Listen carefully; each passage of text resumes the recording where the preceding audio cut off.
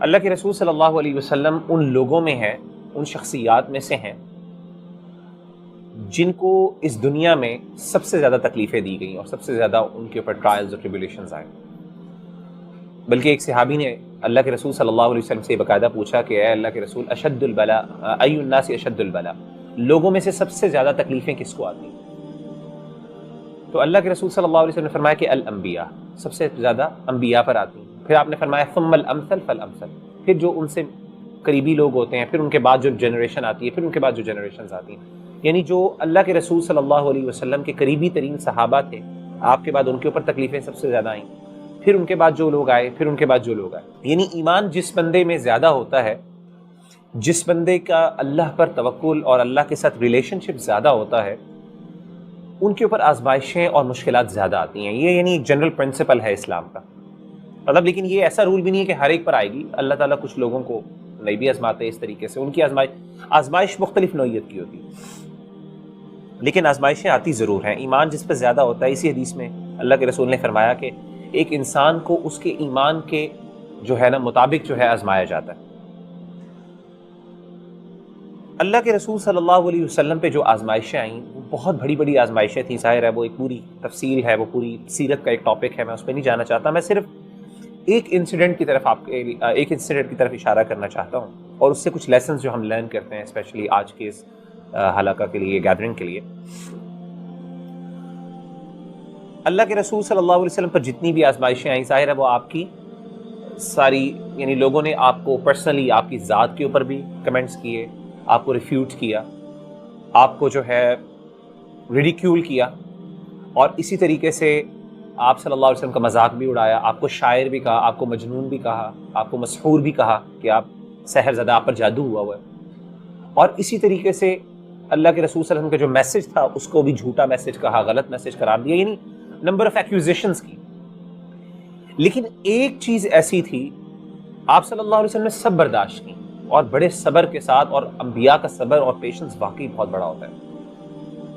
لیکن ایک ایسی ایکوزیشن تھی جس پہ آپ صلی اللہ علیہ وسلم کو سب سے زیادہ تکلیف ہوئی، اور اس کی تکلیف کی سب سے بڑی ریزن بھی یہ تھی کہ وہ جو ایکوزیشن تھی وہ آپ کی ذات پہ نہیں تھی، بلکہ آپ کی فیملی پر. اور آپ کی جو وائف تھی حضرت عائشہ رضی اللہ تعالی عنہا، ان کے اوپر ان کو ایکیوز کیا گیا اور ان کو سلینڈر کیا گیا، اور ان کے بارے میں یہ کہا گیا کہ علیاذ باللہ انہوں نے کسی مرد کے ساتھ غلط تعلقات قائم کیے. یہ پوری ایک کہانی ہے، انشاءاللہ ہم اپنے اگلے سیشنز میں آئی وڈ لائک ٹو، یہ بہت ایک موونگ اور ہارٹ موونگ ایک سٹوری ہے جس میں ہم بہت کچھ سیکھ سکتے ہیں. میں اگلے سیشن میں ہم انشاءاللہ اس کو کریں گے، لیکن میں بھی اس کا صرف ریفرنس دینا چاہتا ہوں. اور آپ صلی اللہ علیہ وآلہ وسلم کو اتنی اس کے بارے میں تکلیف ہوئی کہ آپ نے کبھی بھی، یعنی ہم اگر ہسٹری اسٹڈی کریں تو آپ نے کبھی بھی ہسٹری میں یہ نہیں کیا کہ آپ نے کھڑے ہو کے لوگوں سے کہا ہو کہ یار لوگوں میری مدد کرو، آئی نیڈ یور ہیلپ. آپ نے کبھی بھی پبلک یعنی جو ہے نا سپورٹ نہیں مانگی اس طرح اوپنلی. یعنی اپنے دین کی خاطر میسج کے لیے تو اوبویسلی کہے، لیکن اپنی ذات کے لیے کبھی آپ نے یہ نہیں کہا، لوگوں سے کہا ہو، صحابہ سے کہا ہو کہ میری مدد کرو. ہمیں ایسا انسیڈنٹ نہیں ملتا. لیکن یہ وہ موقع ایسا تھا جس پہ آپ صلی اللہ علیہ وسلم کہنے پر، آپ سمجھ لیں وعلیکم السلام ورحمۃ اللہ، مجبور ہو گئے ایک قسم کے. یعنی آپ کو اتنی تکلیف ہوئی اور آپ اتنے پریشان تھے کہ آپ واقعی کھڑے ہوئے لوگوں کے درمیان، آپ ممبر پہ کھڑے ہوئے اور آپ نے صحابہ کو اکٹھا کیا اور کہا کہ یا معشر المسلمین، اے مسلمانوں، من یعذرنی من رجل قد بلغنی اذاہ فی اہل بیتی، کہ کون ایسا بندہ ہے جو مجھے ایسے بندے سے بچا سکتا ہے، جس بندے نے بیسیکلی اللہ کے رسول صلی اللہ علیہ وسلم کے اوپر ان کی وائف کو ایکیوز کیا. اس کا نام عبداللہ بن ابی تھا.